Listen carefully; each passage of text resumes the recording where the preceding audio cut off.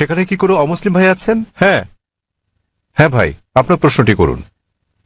শুভ সন্ধ্যা doctor সাহেব, আমি রাজা, একজন নির্বাহী অফিসার, চেন্নাই থেকে এসেছি। প্রশ্ন করার আগে আমি একটি উদাহরণ দেব, তারপর আমি আমার প্রশ্নটি করব। বিজ্ঞানীরা অনেক ধরনের জিনিস আবিষ্কার করেছেন মানব জাতির জন্য। উদাহরণস্বরূপ বলা যায়, আলেকজান্ডার গ্রাহাম বেল টেলিফোন আবিষ্কার করেছেন, কিন্তু আলেকজান্ডার গ্রাহাম বেলের সময় ফোন ছিল অন্যরকম।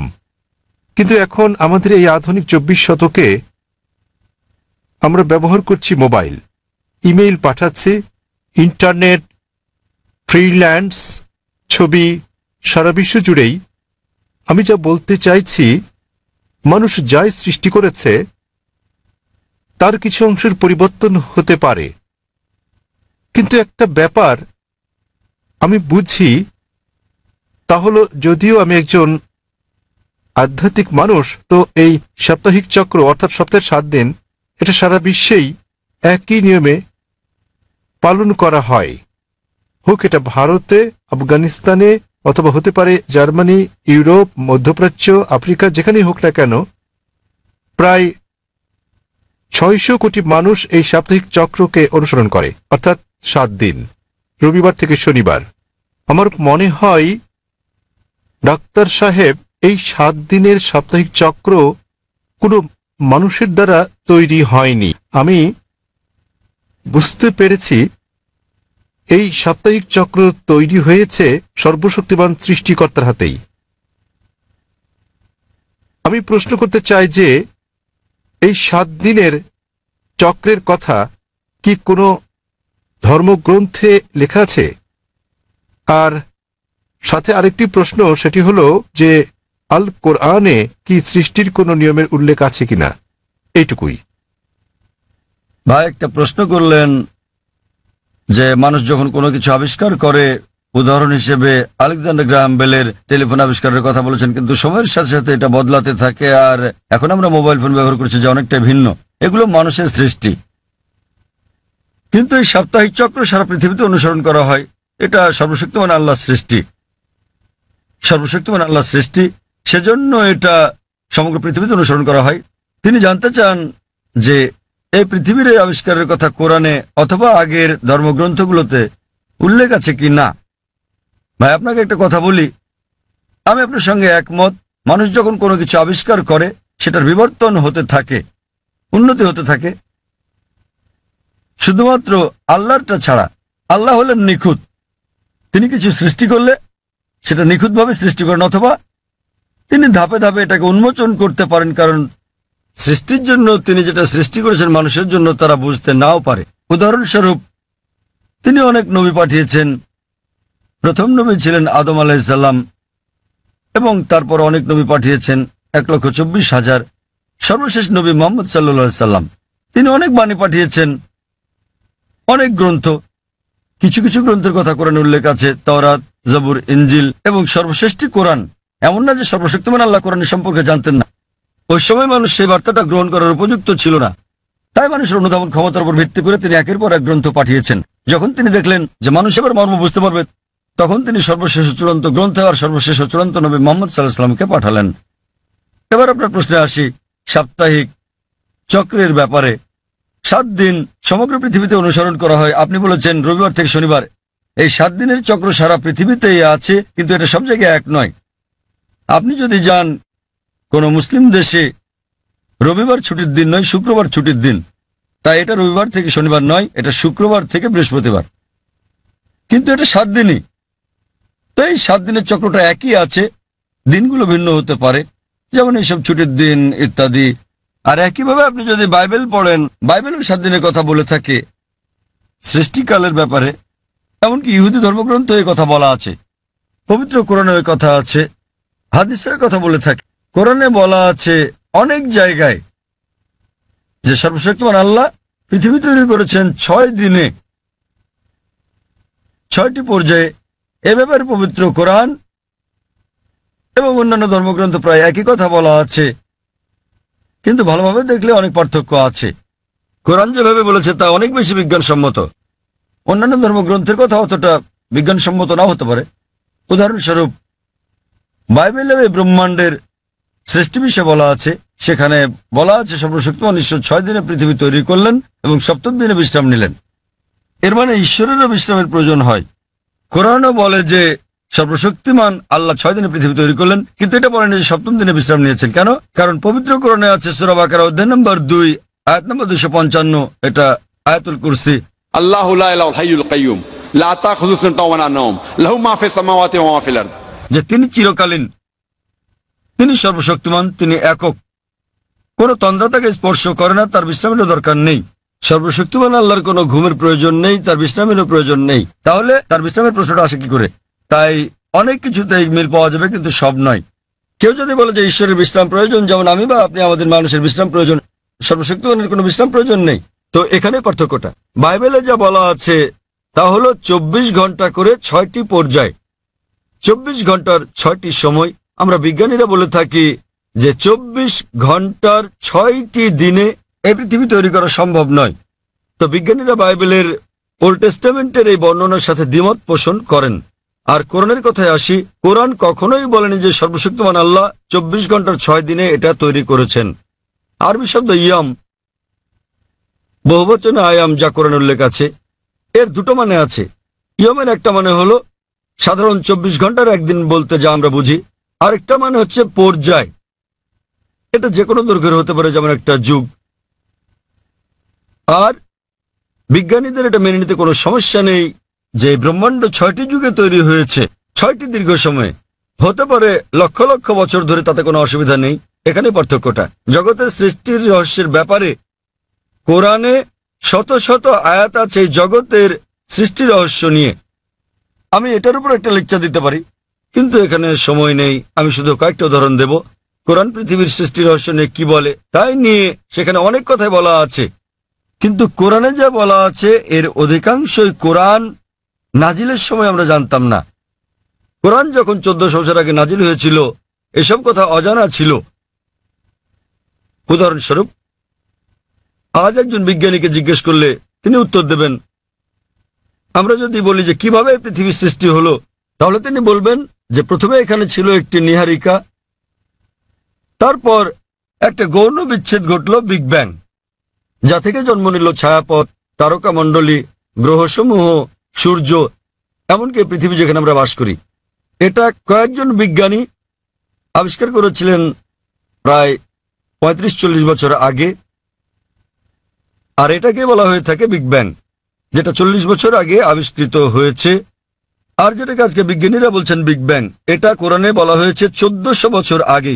সূরা আম্বিয়া অধ্যায় নম্বর 21 আয়াত নম্বর 30 বলা হয়েছে যে আওয়ালাম ইয়ারাল্লাযিনা কাফারু অবিশ্বাসীরা কি দেখে না আন্নাস সামাওয়াতি ওয়াল আরদা কানাত রাতকান ফাতাকনাহুমা, যে আকাশমণ্ডলী ও পৃথিবী একত্রিত ছিল, অতঃপর আমি পৃথক করে দিলাম। এখানে কোরআন এই ব্রহ্মাণ্ডের সৃষ্টি বিষয়ে সংক্ষেপে বলে দিচ্ছে যে আকাশমণ্ডলী ও পৃথিবী একত্রিত যুক্ত ছিল, এরপর আমি তাদের পৃথক করে দিলাম। আজকের বিজ্ঞানীরা সৃষ্টির রহস্য নিয়ে যা বলছেন তার নাম দিয়েছেন বিগ ব্যাং। এটা কোরআনে 1400 বছর আগে বলা হয়েছে। আমরা আগে মনে করতাম যে এই যে আমরা পৃথিবীতে আছি এটা সমতল। মাত্র কয়েকশো বছর আগে আমরা জানতে পারলাম, যখন স্যার ফ্রান্সিস ড্রেক 1557 সালে পৃথিবীটা নৌপথে ভ্রমণ করলেন, তিনি প্রমাণ করলেন যে পৃথিবী বর্তুলাকার। কোরআন এটা বলেছে 1400 বছর আগে। সূরা নাজিয়াত অধ্যায় নম্বর 79 আয়াত নম্বর 30। ওয়াল আরদা বাদা যালিকা দাহাহা, এবং তারপর আমি পৃথিবীকে তৈরি করলাম ডিম্বাকৃতি। আরবি শব্দ দাহাহা এর একটা মানে হলো প্রসারিত হওয়া, যেভাবে পৃথিবী প্রসারিত হয়েছে। আরেকটা মানে আরবি দুইয়া শব্দ থেকে এসেছে, যার মানে হচ্ছে ডিম। এটা কোনো সাধারণ ডিম নয়, এটা বিশেষভাবে বোঝায় উট পাখির ডিমকে। এবং আমরা জানি পৃথিবী একটা বলের মতো সম্পূর্ণ গোলাকার নয়, এটা দুই প্রান্তে একটু চ্যাপ্টা। এবং আমরা যদি একটা উট পাখির ডিমের আকৃতি চিন্তা করি, সেটাও আসলে বর্তুলাকৃতির। একবার চিন্তা করেন, কোরআন পৃথিবীর বর্তুলাকৃতির কথা বলেছে 1400 বছর আগেই। আগে আমরা মনে করতাম চাঁদের আলো তার নিজস্ব আলো। সম্প্রতি বিজ্ঞান থেকে জানতে পেরেছি 100 বছর বা 200 বছর আগে যে চাঁদের আলো তার নিজের আলো নয়, বরং সেটা প্রতিফলিত আলো। কোরআন এটা বলেছে 1400 বছর আগেই। সূরা ফুরকান অধ্যায় নম্বর 25 আয়াত নম্বর 61 যে সর্বশক্তিমান আল্লাহ আকাশে তৈরি করেছেন নক্ষত্রপুঞ্জ আর সেখানে জেলে দিয়েছেন একটি প্রদীপ সূর্য যা তার নিজের আলোয় জ্বলে, আর চাঁদ জলে প্রতিফলিত বা ধার করা আলোয়। চাঁদের আলোর আরবি শব্দ হচ্ছে মুনির বা নূর, যার মানে হচ্ছে ধার করা বা প্রতিফলিত আলো, কিন্তু সূর্যের আলোর জন্য ব্যবহৃত হচ্ছে ওয়াহাজ, সিরাজ, দিয়া অর্থাৎ মশাল, গনগনে প্রদীপ, প্রজ্বলিত আলো যা সূর্যের আলোকেই তার নিজস্ব আলো হিসেবে বোঝাচ্ছে। এখানে অনেক আয়াত আছে কোরআনে যা সৃষ্টিজগৎ বিষয়ে, জ্যোতির্বিদ্যা বিষয়ে বলে। আমি যখন ছিলাম স্কুলে আমি পড়েছিলাম যে সূর্য যদিও ঘোরে এটা তার নিজের অক্ষে আবর্তন করে না, এটা নিশ্চল। কোরআনের সূরা আম্বিয়াতে বলে অধ্যায় নম্বর 21 আয়াত নম্বর 33, হুয়াল্লাযী খালাকাল লাইলা ওয়ান নাহারা আল্লাহ সৃষ্টি করেছেন দিন ও রাত, ওয়াশ-শামসা ওয়াল কামার সূর্য এবং চন্দ্র, কুল্লুন ফি ফালাকি ইয়াসবাহুন। প্রত্যেকে তার নিজ কক্ষপথে বিচরণ করছে। কোরআন বলছে সূর্য এবং চন্দ্র আবর্তন করা ছাড়াও তাদের নিজস্ব অক্ষের উপর ঘুরছে। আর আজ বিজ্ঞানের এত উন্নতির পরে আমরা জানি যে আমরা একটা টেবিলের উপর যদি সূর্যের ছায়া দেখি তাহলে আমরা দেখতে পাবো যে সূর্যের গায়ে কালো দাগ রয়েছে, এবং এই কালো দাগগুলো প্রায় 25 দিনে একবার সম্পূর্ণ আবর্তন করে, যা দিয়ে বোঝায় সূর্য প্রায় 25 দিনে একবার আবর্তন করে। আর এভাবেই কোরআন বলে আকাশের কথা যে এটা একটা ছাদের মতো। সূরা আম্বিয়া অধ্যায় নম্বর 21 আয়াত নম্বর 32। কোরআন পদার্থের প্রথম অবস্থার কথা বলে প্লাজমা। কোরআন বলে সূরা জারিয়াতে অধ্যায় নম্বর 51 আয়াত নম্বর 47 যে আমি এই বিশাল আকাশকে নির্মাণ করেছি, ক্রমবর্ধনশীল বিশ্ব যা আমরা সম্প্রতি জেনেছি। এভাবেই কোরআনের অনেক জায়গায় সৃষ্টি রহস্যের কথা বলা হয়েছে। কিন্তু লক্ষ্য করার মতো বিষয় হলো অন্যান্য ধর্মগ্রন্থের মতো অন্যান্য ধর্মগ্রন্থ যেমন বেদ, বাইবেল, সেগুলোও বলে থাকে সৃষ্টি রহস্যের বিষয়ে। সৃষ্টির বিষয়ে তাদের অনেক বক্তব্যই বিজ্ঞানের সাথে মিলে যায়, কিন্তু অনেক বক্তব্যই আবার বৈজ্ঞানিক প্রমাণের বিপরীতে অবস্থান করে। কিন্তু কোরআনের ব্যাপারে বলা যায় কোরআনে 6000-এরও বেশি আয়াত আছে যার মধ্যে 1000-এর বেশি বিজ্ঞান নিয়ে কথা বলে, এবং পবিত্র কোরআনে এমন একটা আয়াত নেই যা প্রতিষ্ঠিত বিজ্ঞানের বিরুদ্ধে যায়। কোরআনের সাথে অন্যান্য ধর্মগ্রন্থের পার্থক্য হচ্ছে কোরআনের কোনো আয়াতই বিজ্ঞানের প্রমাণিত সূত্রের বিপক্ষে যায় না। এটা কোনো তত্ত্বের বিপক্ষে যেতে পারে কারণ তত্ত্ব বদলে যায়, কিন্তু একটা আয়াত প্রতিষ্ঠিত বিজ্ঞানের বিপক্ষে যায় না। এই কারণেই কোরআন একটি অনন্য গ্রন্থ, আর বলা যায় এটি সর্বশক্তিমান আল্লাহর একমাত্র আসমানি কিতাব, একমাত্র ধর্মগ্রন্থ যা তার প্রকৃত রূপে এখন পর্যন্ত অবিকৃত আছে। এই কারণেই আপনি যদি সমস্ত ধর্মগ্রন্থগুলোকে বিজ্ঞান দিয়ে পরীক্ষা করেন সবগুলোই ফেল করবে কোরআন ছাড়া। আর কোরআন হলো এই পৃথিবীর বুকে একমাত্র ধর্মগ্রন্থ যা বিজ্ঞানের পরীক্ষায় পাশ করবে। আশা করি উত্তরটা পেয়েছেন। হ্যাঁ, আমাদের বোনদের কাছ থেকে কোনো প্রশ্ন আছে কি? কোনো অমুসলিম বোন আছেন? জি আছি। হ্যাঁ বোন, আপনি আপনার প্রশ্নটি করুন। আবারও শুভ সন্ধ্যা।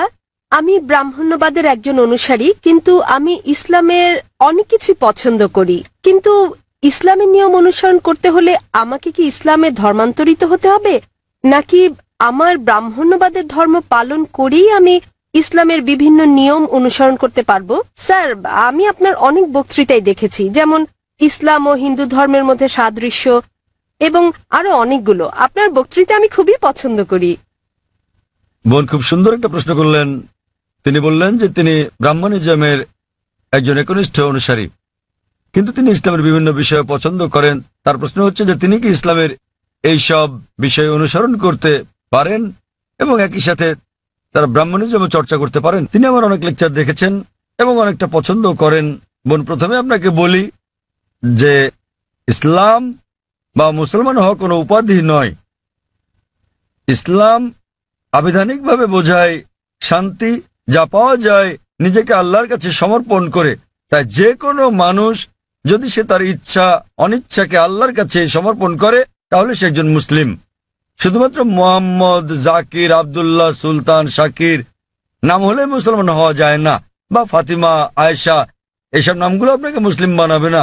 মুসলমান মানে যে তার ইচ্ছা অনিচ্ছাকে আল্লাহর কাছে সমর্পণ করে, তো প্রথমেই খুঁজে বের করতে হবে আপনাকে মহান আল্লাহর আদেশ কি। বোন বলেছেন যে তিনি ব্রাহ্মণিজমের একজন একনিষ্ঠ অনুসারী এবং তিনি ইসলামেরও বিভিন্ন বিষয় পছন্দ করেন, আর তিনি আমার অনেক টেপ, অনেক বক্তৃতা দেখেছেন যার মধ্যে ইসলাম ও হিন্দুইজমের সাদৃশ্য আছে। যদি এটা দেখে থাকেন তাহলে উত্তর দেওয়াটা আমার জন্য সহজ হবে, আপনার পক্ষে বোঝাটাও সুবিধা হবে। আপনি যদি দেখে থাকেন আমার হিন্দুইজম ইসলামের সাদৃশ্য নিয়ে বক্তৃতা, যেটা আমি বোধহয় প্রথম শান্তি সম্মেলন চেন্নাই দিয়েছিলাম, ইসলাম ও হিন্দু ধর্মের মধ্যে সাদৃশ্য। বোন, আপনি যদি ভেবে দেখেন, এমনকি যদি হিন্দু ধর্মের বইগুলোও পড়ে থাকেন, হিন্দু ধর্মগ্রন্থগুলো বলে যে নিজের ইচ্ছাকে ঈশ্বরের কাছে সমর্পণ করবেন, কিন্তু আমি যেটা বললাম যে সময়ের সাথে সাথে পূর্বের সকল ধর্মগ্রন্থ আগের মতো অবিকৃত অবস্থায় নেই, সেগুলো বিকৃতি এসেছে, জালিয়াতি হয়েছে, দুর্নীতি ঘটেছে। বেশিরভাগ পণ্ডিতগণই এই ধর্মগুলোর বিষয়ে, হোক সেটা হিন্দুইজম অথবা হোক খ্রিস্টানিজম অথবা ইহুদি ধর্ম, তারা একমত যে তাদের ধর্মগ্রন্থগুলো অবিকৃত রূপে সংরক্ষিত নেই। আর আপনি যদি আমার বক্তৃতা শুনে থাকেন, আমি শুরুতে যা বলেছিলাম, মহাভারত একটা গল্প যা অর্জুনের পিতামহ কর্তৃক বর্ণিত, এতে আছে ৮,০০০ শ্লোক। এরপর সময়ের সাথে সাথে পরিবর্তিত হতে হতে এতে চলে এলো ২৪,০০০ শ্লোক। এখন এর মধ্যে আছে ১ লক্ষেরও বেশি, ১ লক্ষের বেশি শ্লোক। এটি কার কথা? মহাভারতের পণ্ডিতগণের।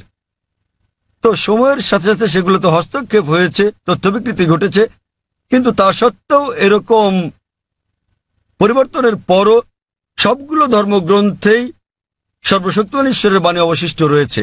এবং আপনি যদি আমার বক্তৃতা শুনে থাকেন, সকল ধর্মের মূল কথা হচ্ছে সর্বশক্তিমান ঈশ্বর একজনই, তার কোনো মূর্তি নেই, তার কোনো ছবি নেই।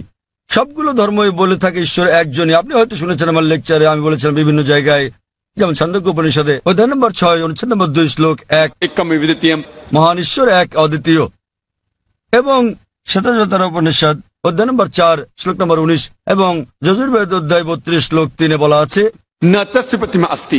মহান ঈশ্বরের কোনো প্রতিমা নেই, তার কোনো ছবি নেই। প্রতিমা মানে হচ্ছে মূর্তি, ফটোগ্রাফ, রেখাচিত্র, ছবি, ভাস্কর্য, মূর্তি, পুতুল। তাই ঈশ্বরের কোনো প্রতিমূর্তি নেই, কোনো ফটোগ্রাফ নেই, কোনো রেখাচিত্র নেই, কোনো ছবি নেই, কোনো ভাস্কর্য নেই, কোনো মূর্তি নেই, কোনো পুতুল নেই। তাই সকল ধর্মগ্রন্থই জোর দেয় সর্বশক্তিমান ঈশ্বরের একত্বের উপর। আর হিন্দু ধর্মের ব্রহ্মসূত্রটি হচ্ছে एकम ब्रह्म द्योतय नास्ते नैना नास्ते किंचन। भगवान एक ही है, दूसरा नहीं है, नहीं है, नहीं है, जरा भी नहीं है। ঈশ্বর একজনই, দ্বিতীয় কেউ নেই, কেউ নেই, কেউ নেই, কোথাও কেউ নেই। এবার আসি মূল প্রশ্নে, যা হলো একজন কট্টর ব্রাহ্মণ হয়েও আপনি ইসলামের শিক্ষা অনুসরণ করতে পারবেন কিনা। বোন, একজন সাধারণ ব্রাহ্মণের পক্ষে মুসলিম হওয়ার চেষ্টা করাটা কঠিন, কিন্তু যদি কঠোর ব্রাহ্মণ হয়ে থাকেন, বেদকে কঠোরভাবে মেনে চলেন, তাহলে আপনার ইচ্ছা অনিচ্ছা ঈশ্বরের কাছে সমর্পণ করতেই হবে। আপনি যদি সাধারণ ব্রাহ্মণ হয়ে থাকেন যে কিছু নিয়ম মানেন আবার কিছু মানেন না, তাহলে আপনার পক্ষে ঈশ্বরের কাছে নিজের ইচ্ছাকে সমর্পণ করা কঠিন হবে। কিন্তু যদি কঠোর ব্রাহ্মণ হয়ে থাকেন, বেদকে কঠোরভাবে মেনে চলেন, তাহলে আগে আমি যা বলেছি আপনাকে মানতেই হবে। 3টি পংক্তি আমি বলেছি যে আপনাকে এক ঈশ্বরে বিশ্বাস করতে হবে, আপনি মূর্তি পূজা করতে পারবেন না। আপনাকে বিশ্বাস করতে হবে যে ঈশ্বর এক, তার কোনো প্রতিচ্ছবি নেই, কোনো ফটোগ্রাফ নেই, কোনো মূর্তি নেই। এবং যদি আপনার ধর্মগ্রন্থগুলো পড়ে থাকেন, সেগুলোতে সর্বশেষ এবং চূড়ান্ত নবী মোহাম্মদ সাল্লাল্লাহু সাল্লামের আগমনের কথা উল্লেখ করা হয়েছে। আর আপনি যদি আমার বক্তৃতা ইসলাম ও হিন্দু ধর্মের মধ্যে সাদৃশ্য আর হিন্দু ধর্মে মোহাম্মদ সাল্লাল্লাহু সাল্লাম এই দুটো দেখে থাকেন, আমি বিস্তারিত আলোচনা করেছি যে নবী মোহাম্মদ সাল্লাল্লাহু সাল্লামের কথা আপনাদের ধর্মগ্রন্থে আছে। তাই যদি আপনি খারাপ ব্রাহ্মণ হয়ে থাকেন, তাহলে আপনার এটা বিশ্বাস না করার কোনো সুযোগ নেই যে ঈশ্বর এক, তার কোনো চিত্র নেই, কোনো মূর্তি নেই। এবং আপনাকে এটা বিশ্বাস করতে হবে যে মহান ঈশ্বরের সর্বশেষ দূত, সর্বশেষ বার্তাবাহক, কল্কি অবতার হচ্ছেন নবী মোহাম্মদ সাল্লাল্লাহু সাল্লাম। কিন্তু যখন আপনার ধর্মগ্রন্থ বলে যে আপনাকে কল্কি অবতার চূড়ান্ত দূতকে অনুসরণ করতে হবে, তো যখন আপনি এই দূত নবী মোহাম্মদ সাল্লাল্লাহু আলাইহি ওয়াসাল্লামের বাণীগুলো পড়বেন, তখন আপনি দেখবেন যে এই কথাগুলো আপনার ধর্মগ্রন্থগুলোতে যা লেখা আছে তার সাথে মিলে যাচ্ছে। আবার একই সাথে দেখবেন এটা আপনার ধর্মগ্রন্থের অনেক কথার বিরুদ্ধে যাচ্ছে। তো এখন আমরা মনে করি যে কোরআন সর্বশক্তিমান আল্লাহর শেষ ও চূড়ান্ত নির্দেশনা, যা নাজিল করা হয়েছিল সর্বশেষ ও চূড়ান্ত নবী মোহাম্মদ সাল্লাল্লাহু আলাইহি সাল্লামের উপরে। এই কোরআন হলো ফোরকান, এটা হলো ন্যায় এবং অন্যায়ের পার্থক্যকারী। তাই কোরআনের সাথে যা যা মিলে যায় সেটা যদি বাইবেলে উল্লেখ থাকে অথবা থাকে বেদে অথবা মহাভারতে অথবা রামায়ণে, নিশ্চিতভাবে আপনি ধরে নিতে পারেন যে তা হয়েছে সর্বশক্তিমান ঈশ্বরের ইচ্ছা ও আদেশ অনুসারেই। যদি সেটা বিরুদ্ধে যায়, আপনাকে মানতে হবে যে এটা হচ্ছে সর্বশক্তিমান ঈশ্বরের ইচ্ছা ও আদেশের বিপরীত। তাই আপনি যদি একনিষ্ঠ ব্রাহ্মণ হন, ব্রাহ্মণিজম চর্চা করে থাকেন, আপনাকে এক ঈশ্বরে বিশ্বাস করতে হবে, মূর্তি পূজার বিরোধিতা করতে হবে। আর আপনি যদি আমার সেই বক্তৃতা ইসলাম ও হিন্দু ধর্মের সাদৃশ্য শুনে থাকেন, সেখানে যা বলা হয়েছে আপনি যদি কমপক্ষে সেগুলো অনুসরণ করেন, তাহলে অন্যগুলো বাদই দিলাম আমি, শুধু সেই জিনিসগুলো, বাকি সবকিছু বাদ দেন, তাহলে আমি মনে করি ইনশাল্লাহ এগুলো আপনাকে জান্নাতে নেওয়ার জন্য যথেষ্ট হবে ইনশাল্লাহ। তাই আপনি যদি আমার বক্তৃতা ইসলাম ও হিন্দু ধর্মের মধ্যে সাদৃশ্য শুনে থাকেন, সর্বশক্তিমান ঈশ্বরের একত্ববাদ সম্বন্ধে, নবী মুহাম্মদ সাল্লাল্লাহু সাল্লাম সম্বন্ধে, কিভাবে তালাত আদায় করা যায়, মদ খাওয়া যাবে না, শুকরের মাংস খাওয়া যাবে না, যা কোরআনের সাথে সাথে আপনাদের ধর্মগ্রন্থ বলা আছে, আপনাদের বেদে শালীনতার বিষয়ে বলা আছে যে মহিলাদের নিজেদের আবৃত রাখা উচিত, যা কোরআনেও বলা আছে। তাই আমার সেই বক্তৃতায় যা যা আমি বলেছি, আরো অনেক বিষয় আছে, কিন্তু আপনি যদি শুধু এই বিষয়গুলো ভালোভাবে অনুসরণ করেন বোন, ইনশাল্লাহ এগুলো আপনাকে এই পরীক্ষায় পাশ করিয়ে দেওয়ার জন্য যথেষ্ট। আপনি চাইলে আরো অনেক কিছু অনুসরণ করতে পারেন, কিন্তু কমপক্ষে এই বিষয়গুলো, এই প্রধান বিষয়গুলো যা আমি উল্লেখ করেছি, কিন্তু আপনার ধর্মগ্রন্থে যা বিতর্কিত, আপনার তা অনুসরণ করা উচিত নয়, কারণ আপনাদের পণ্ডিতগণই বলেন যে এটা সময়ের আবর্তনে পরিবর্তিত হয়ে গেছে। আমাদের বুঝতে হবে যে এই বিষয়গুলো হচ্ছে তথ্য বিকৃতি, হস্তক্ষেপিত, সত্যের অতিরঞ্জন। তাই মিলগুলো শুধু অনুসরণ করেন, ইনশাল্লাহ আপনি একজন ভালো ব্রাহ্মণ হতে পারবেন। আপনি নিজ ধর্মগ্রন্থের অনুশাসন মেনে চলেন, যা ফুরকান এবং কোরআনের সাথে মিলে যায়, এবং ইনশাল্লাহ একজন নিয়মনিষ্ঠ মুসলমানও হতে পারেন। তো আশা করি ইনশাল্লাহ যে সর্বশক্তিমান আল্লাহ আপনাকে হৃদায়ত দান করুন। বোন, আপনি কি বিশ্বাস করেন ইসলাম ও হিন্দু ধর্মের সাদৃশ্য নিয়ে আমি আলোচনায় যে কথাগুলো বলেছিলাম? হ্যাঁ স্যার, পুরোপুরি। বোন, আমার লেকচারের কথাগুলোর সঙ্গে আপনি একমত? জি স্যার।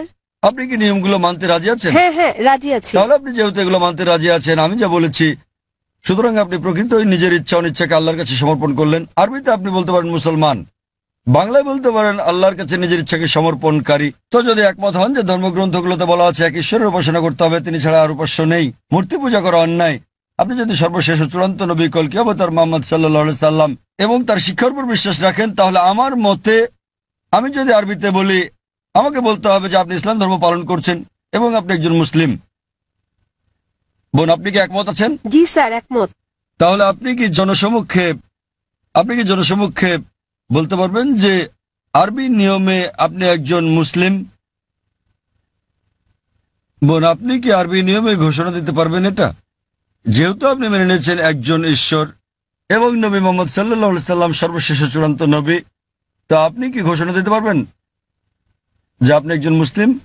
আমি বলছি না যে আমি একজন মুসলিম, যদিও আপনি যা বলেছেন আমি তার সাথে একমত। এখন আপনি যদি মেনে নেন যে ঈশ্বর একজন এবং তার হ্যাঁ। কোনো মূর্তি বা ছবি নেই এবং একমাত্র তারই উপাসনা করতে হবে, আর আপনি যদি মেনে নেন যে নবী মুহাম্মদ সাল্লাল্লাহু আলাইহি সাল্লাম আল্লাহ প্রেরিত দূত, এই দুটোই যথেষ্ট আপনাকে ইসলাম ধর্মের জগতে নিয়ে আসার জন্য, আপনি পাশ করেছেন।